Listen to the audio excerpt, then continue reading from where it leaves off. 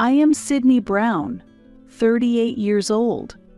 I mainly handle design and interior decoration in the construction business run by my father. Despite being the second daughter, I was skilled at DIY and arithmetic from a young age, and from elementary school, my father had special expectations of me, saying, "Sydney, you have a unique sensibility different from other children. I want you to take over my business when you grow up." Because of this, I often visited my father's workplace after school and on weekends, and sometimes we would visit unique buildings in New York together. This not only strengthened my bond with my father but also deepened my interest in architecture. However, at that time, my siblings often saw me as monopolizing my father's time, leading to conflicts among us. But as time passed, they began to understand my dreams and passions, and now they fully support me. In university, I majored in business management to take over my father's company, but exposure to spatial design classes sparked a passion for interior design as well. This new interest led me to secretly redesign the living room and my siblings' rooms. By the time I graduated from university, while I was attracted to a career as a professional interior designer, I chose to join the family business, not wanting to betray my father's expectations. It seemed my father had seen the passion I had for interior design, as after I joined the business, he decided to establish an interior advisory division for me to enjoy. "Sydney, why not try handling both architecture and interior design to make full use of your talents?" he suggested. I was truly grateful for this proposal and felt pure joy. However, there were voices within the company opposed to the establishment of this new department, and I was hesitant to make my relationship with my father public within the company. Thus, I asked my father to keep our relationship a secret. As a result, only a handful of people in the company knew that we were related. My father introduced a comprehensive plan that incorporated interior design into existing architectural projects as a new business strategy. This innovative approach significantly boosted our company's performance. I myself have been able to take on both the architectural and interior design that I am so passionate about, feeling a great sense of fulfillment and joy in my work every day since joining the company. All these achievements were undoubtedly due to my father Gerald's vision and efforts. In my personal life, I have been married to Daniel for 3 years. He also worked in sales at the same company and, with his natural sociability, played a key role as the mood maker at work. I often watched his gigs during lunch at the company's cafeteria. His humorous actions always brightened those around him, and they invariably brought a genuine smile to my face. One day, he loudly declared in the cafeteria, "Hey, attention everyone! Today is the cafeteria lady's 120th birthday. Let's sing her a birthday song," as a joke. I couldn't help but laugh and said, "Really, 120 years old?" He quickly responded, "Oh, you laughed? Good, I got the beauty's smile," and drew laughter from everyone. Such exchanges brought us closer, and eventually, our relationship deepened. Daniel always made me happy with his fun jokes. Our marriage plans were progressing smoothly, and I genuinely felt happy about our future together. However, it was difficult to find the right moment to tell Daniel that my father runs the company. I worry that saying, "My dad runs our company," might come across as arrogant, so I kept missing the chance to confess. But I believed he would understand when the time came for formal greetings at home. Although it might be a bit surprising, I have kept this a secret for a long time, considering the risk of appearing arrogant. On the special day when we were formally greeting each other at home, Daniel couldn't hide his nervousness, which was more apparent than usual. On the way home, to gauge his feelings, I quietly asked him, "Were you surprised?" "Sorry for keeping quiet." "I've always worried it might sound condescending if I said it myself." He responded with a slight surprise. "What? Oh, the house? I had no idea your family home was so impressive. Is your dad like the president or something?" "Yes, that's right," I affirmed. He continued, nodding. "I thought so. Otherwise, you couldn't have such a magnificent house." I was a bit surprised and said, "Oh? Daniel, you still haven't realized?" "My dad is." He tilted his head, puzzled, and said, "Huh, what's up?" "Something on my father-in-law's face. I was too nervous to see clearly. Ha ha," and laughed it off. I sighed. "So, what? Is there a problem with your father-in-law?" he asked, to which I replied, "No, it's nothing serious. Since our marriage happened relatively quickly, there might be criticisms for not having shared all the truths. However, the fact that I was involved in a romance within the company and that my father was the owner made this a very delicate matter for me. Right after our marriage, we were involved in a major project, and the busyness left no time to discuss my father's situation in detail. During that period, we often stayed late at the office due to work, resulting in frequent late-night meals at family restaurants. Having married within the company, we understood each other's demanding schedules well, and Daniel was particularly proactive in sharing household chores. Then, Daniel's father suddenly passed away, leaving his mother alone, which greatly concerned us. Daniel proposed that she live with us so she wouldn't be lonely. I wasn't opposed to living together, but I was concerned it would be too much for her given our late homecomings and limited days off. However, Daniel reassured me, saying, "Don't worry. Yes, we are busy, but on the other hand, my mother will help out too. And I want to be there to support her whenever needed." Knowing Daniel's strong feelings for his mother, I couldn't refuse his proposal, so we decided to live together. At that time, I didn't anticipate that this cohabitation would bring significant changes to our relationship in the future. Despite being in her 60s, his mother held very traditional views, believing that men should work outside and women should take care of the home. It's a wife's duty to support her husband and look after the family. This belief often led her to criticize my career, and I frequently faced her sarcasm and cold comments. Once, when I came home late and Daniel was doing the laundry, his mother harshly said to him, "Why are you doing that? That's the wife's job. The problem is her working outside. No matter how late it gets, she should handle it."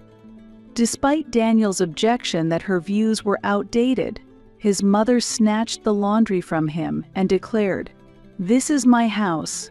No matter what she wants my son to do, I won't let her have her way so easily. I don't know what she's thinking, but I won't let her do as she pleases." Daniel then asked me, "Mom said that, so can you take care of it from now on, Sydney?" I replied, "What? You know I'm busy too. I was hoping you could help when you have time." He responded, "I understand. But since we're living together now, it's important that you and Mom don't get into conflict, right? I think she'll get used to our lifestyle after a while, so please bear with it until then." Reluctantly, I agreed to Daniel's proposal. The next day, when I went to do the laundry, I found his mother's clothes were also included. She frequently criticized further, saying, "Daniel can't even eat a meal made by his wife, and when there's no packed lunch, he eats dinner outside. What's the point of being married if you can't take care of your husband?" She also said, "It's because you're working that you can't have children." You should quit your job soon and have children. Maybe then you can become a bit more womanly. Furthermore, she repeatedly urged me to quit my job to take care of her son, but I countered. My father expects a lot from me. He plans to make me the head of the company eventually. Unaware that my father was the owner, she attacked. You and your father are foolish. Initially supportive, Daniel gradually began to echo his mother's criticisms under her influence. A wife should prepare her husband's breakfast and clothes in the morning. That's a wife's duty. Living together made it clear that Daniel was heavily influenced by his mother. Her commands were absolute. Daniel also had a habit of exaggerating stories. When he received the Employee of the Month award, he boasted to his mother, "I'm the best in the company." Although he was the top that month, his usual performance was average. He spoke as though he was an unparalleled talent within the company. His mother took his words at face value, praising him. "You are indeed remarkable. You are very important to the company." Daniel was pleased with her words, fulfilling his need for validation through excessive praise. Daniel expected his mother's praise and indulged in it. I was exasperated with such interactions. Around that time, a rumor was spreading at my father's company. "Hey, have you heard? The president is retiring." "Really? When is that happening?" "The details are unclear, but since there's a rumor, it might be in the near future." "Hey, has the new president been decided yet?" "Yeah, someone named Brown seems likely, but there's no one by that name among the current directors. I checked the company data, and it seems there's a young Brown in sales." "Really? Brown from the sales department?" "That guy who is always joking, and his performance is just average, right?" "So, are they bringing in the new president from outside?" "I'm not sure, but maybe that Brown guy is related to the president." "If that's true, I can't deal with this. I might quit." "Really?" "The president is retiring and Brown from sales is going to be the next president." Brown from sales as president. This rumor quickly spread and became a topic of conversation between Daniel and me. "Sydney, have you heard? The president is resigning, and it seems I'm going to be the next president."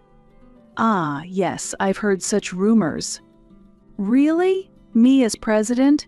But I don't have any connections to the president, and I'm too young for that role. At first, I thought it was a misunderstanding." "Right. But when I looked at the company list, I'm the only Brown." "What about me?" "Don't be silly. A woman in that position? That's impossible." "Oh, is that so? Could this matter really be about me? After all, I got the Employee of the Month recently, so the president must have noticed me." "Really?" "I'll go report this to Mom." "Wait, it might be too early, Daniel." Daniel left, happily heading towards his mother's room. A few minutes later, I could hear his mother's joyful voice from the room next door.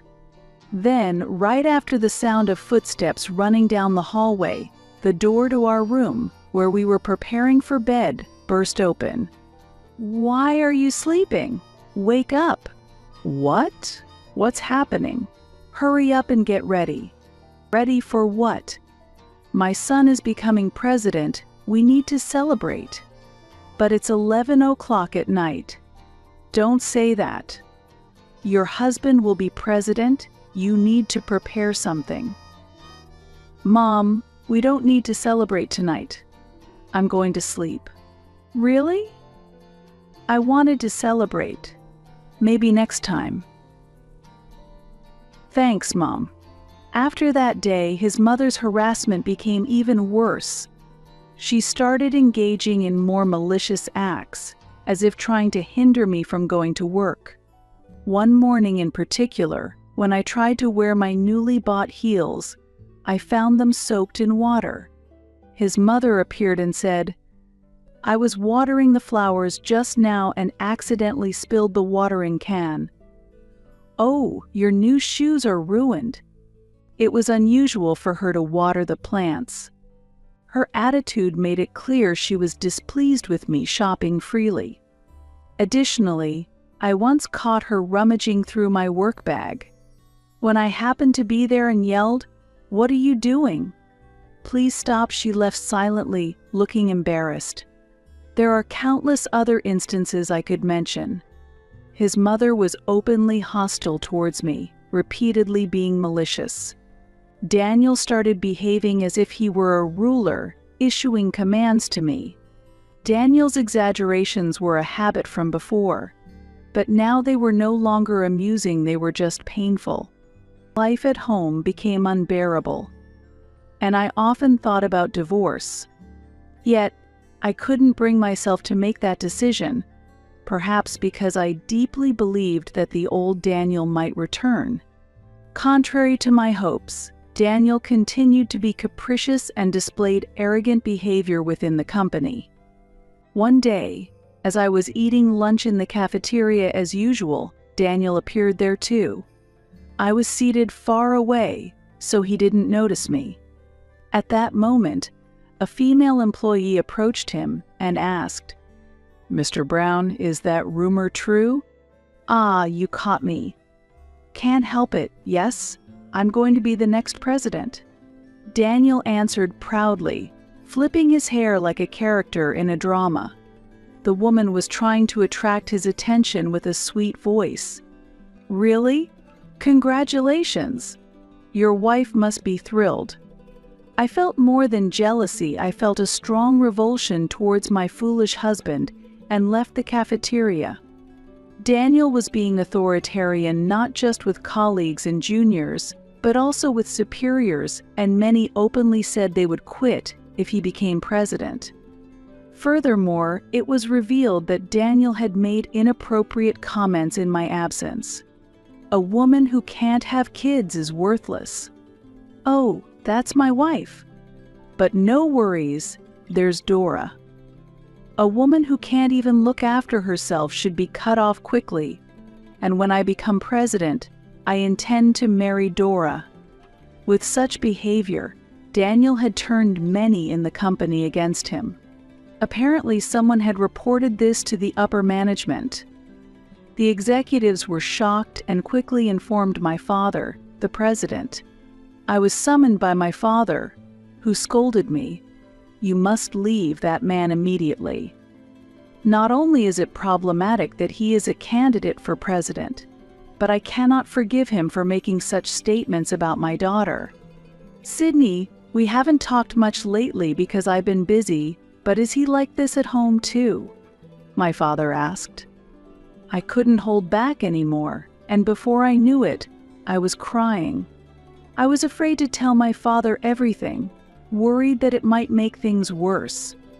But I needed someone to know the suffering I had endured, so I confided in him about the bullying from Daniel and his mother. My father was furious and said, "Why didn't you tell me sooner? We should have brought you back home immediately." This cohabitation was a mistake. Moreover, it came to light that he was having an affair, which truly shocked me. I had never imagined he would do such a thing. Having believed that if Daniel returned to his former self, we could restore a good relationship, the shock was immense. However, I am not the type to stay silent and overlook things.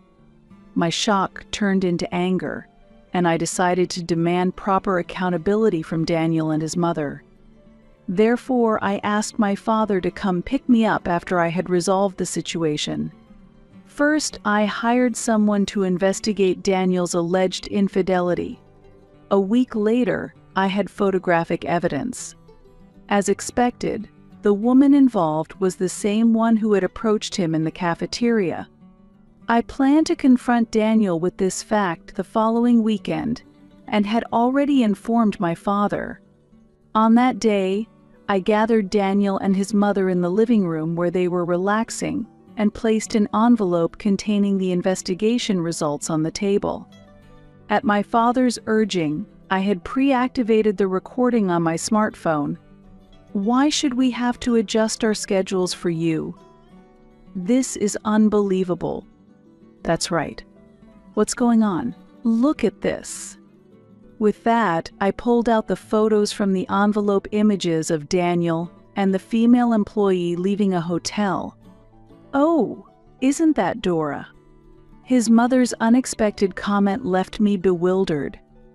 Wait, you know her. She's just an acquaintance. But she's Daniel's lover, isn't she? Right, Daniel. Ah, it really is Dora. What? Yes. We recently went out to eat together, the three of us. Dora is indeed a charming woman. Hee hee. You knew Daniel was cheating?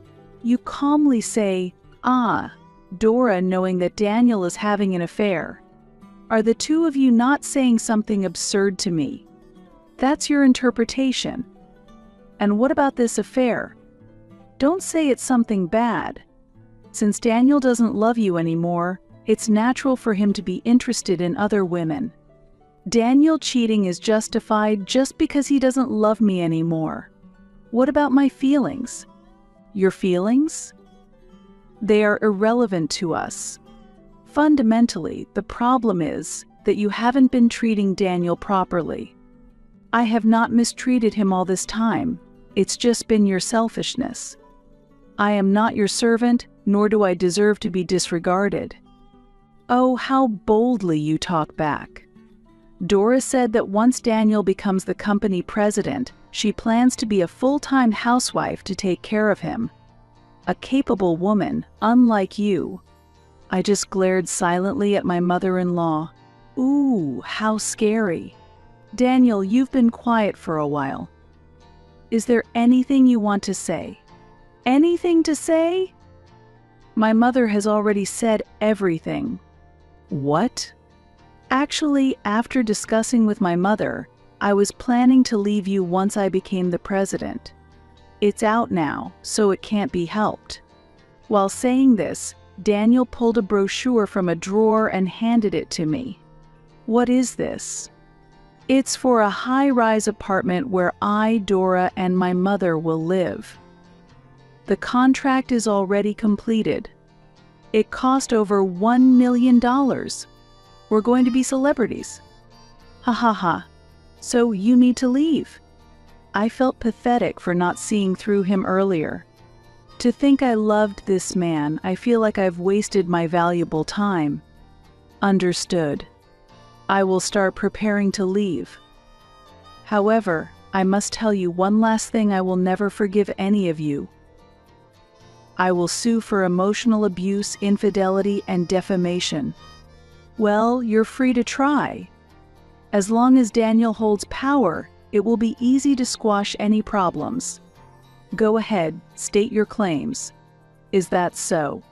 Then make sure you have no regrets. After that, I contacted my father to come and pick me up. He was waiting and replied, "I'll be there soon." 20 minutes later, the doorbell rang and my mother-in-law opened the door. "I'm Sydney's father.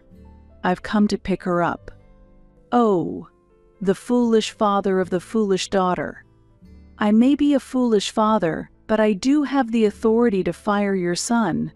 What? While tilting her head, the mother-in-law muttered, "Really? Like parent, like child." And then, while tossing my bag into the hallway, she said, "Your father's here to pick you up. Could you hurry up and leave?" My father witnessed this and was trembling with anger. From the entrance, he shouted loudly, "Sydney, bring Daniel here." Hearing this, Daniel told his mother, "I'll go say goodbye," and followed me towards the entrance. However, upon seeing my father, Daniel was so surprised that he lost his voice and exclaimed, "Mr. President." The mother-in-law, noticing her son's reaction, hurried to the entrance and asked in a flustered tone, "What's going on?" "I apologize for being late, but I am the president of the architectural firm where your son works." "Wait, the current president of the company where my son is supposed to be the next president. Are you the one promoting my son?" "Thank you." "Huh? But you're Sydney's father." "Huh? Could it be?" The next President Brown was Sydney. Despite the revelations, my father's anger had not subsided, and he continued to address the two of them. "First you, the elder. I've heard you've been treating Sydney terribly." "What? No, surely not." "Right, Sydney? Don't you think I've been a good mother-in-law?" "No. From the beginning you've been a terrible, harassing mother-in-law. And you, let me be clear as Sydney's father, do you not feel any shame as a man for looking down on women, bossing them around, and even engaging in an affair?" That is... "I've also heard plenty about your behavior at work." "Who said you could be president with your mediocre performance?" "Really? Daniel? You said you were unbeatable at work, right?" Let's set that aside for now, Mother. And I've heard you've been saying at work that Sydney is incapable of having children." That's not. There are multiple witnesses." "I'm sorry." "This is a clear case of sexual harassment, even if she weren't my daughter. Furthermore, I hear that dissatisfaction with your conduct at work is growing, and people are quitting. Our company will never tolerate sexual or power harassment. You are being terminated immediately for compliance violations. There will be no severance pay." Daniel, unable to find words, chased after my departing father, continuing to apologize relentlessly. Meanwhile, my mother-in-law collapsed on the spot, overwhelmed by shock and seemingly lost in a daze. As this ridiculous drama came to an end, I felt a sense of relief. I left them with a bit of sarcasm. "Don't forget about the alimony." "Oh, right, everything would be resolved easily once Daniel became the president, wouldn't it?" And walked away. I subsequently demanded alimony from both Daniel and his mother. I was initially uncertain about collecting alimony from my mother-in-law, but the recorded conversation from that decisive day proved her excessive harassment, allowing me to proceed with the claim successfully. I felt particularly vindicated in punishing her, as my anger was stronger towards her than Daniel. Dora probably learned of the situation from Daniel and chose to resign from the company herself. Rumor has it that Dora, who had approached Daniel for his status, eventually broke up with him as well. Well, that's hardly surprising now. Daniel must have realized that she was after his status. As for the current situation of Daniel and his mother, so far, I haven't received a single dollar of the alimony from them. They likely are experiencing financial difficulties. According to my lawyer, my mother-in-law had completely believed in the story of Daniel becoming president and took out loans to purchase several expensive pieces of jewelry. The monthly payments are high, and now she's unemployed. After being fired, Daniel also seems to be struggling to cover his living expenses. The cancellation fees for the apartment he had contracted are in the tens of thousands of dollars, and with the alimony added, I hear his debt exceeds $100,000. However, their financial issues are no longer my concern. I'm not particularly concerned about the money, but I want both of them to take proper responsibility. If there is no payment, I am considering taking legal action. Personally, I have finally been freed from their malice and can now live my days in peace. My father feels the same, but I have caused a lot of trouble for my colleagues at work. Since I also share some of the blame, I consulted my father about a way to apologize without drawing attention, and he suggested, "How about making the company cafeteria free until you are satisfied?" I agreed with this idea. I immediately contacted the cafeteria management company and requested them to provide free meals. This special event was a big hit at the workplace. Although the budget was spent in just 1 week, this experience was a significant learning opportunity, for better or worse. While I am not quite there yet, as the next president, my resolve to be a role model has strengthened.